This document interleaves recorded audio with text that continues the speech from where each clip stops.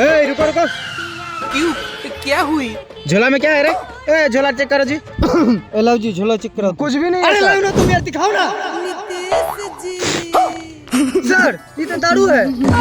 दारू सप्लाई करता है? चल सर बा, अंदर कर तो पता चल तो। तुमको पता है ना दारू बंद है, फिर काहे सेलिंग करता है? सर देखिए, बेचते नहीं है। ऐसा है ना कि जब कोई दारू पीता है ना तो नशा हमें लग जाता है, इसीलिए हम इसको जा रहे हैं फेंकने के लिए। चुतिया बनाता है। अच्छा, अभी पता चल जाएगा।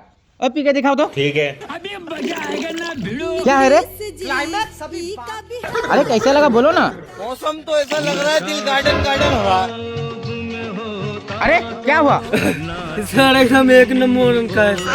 A1 का सर, आप पी के देखिए, खाली नहीं जाएगा। सर आप इसको संभालिए, हम इसको संभालिए। चलो थाना। है छोड़िए ना कालर, थाना चलिए। शराब पीते आप प्रशासन हो लोग के, शरीफ को फंसा के जा रहे हैं आप लोग को ऊपर कंप्लेंट करने के लिए। दारू पीते हैं आप लोग, फंसाते हैं शरीफ लोग को, जा रहे हैं अभी केस करने के लिए।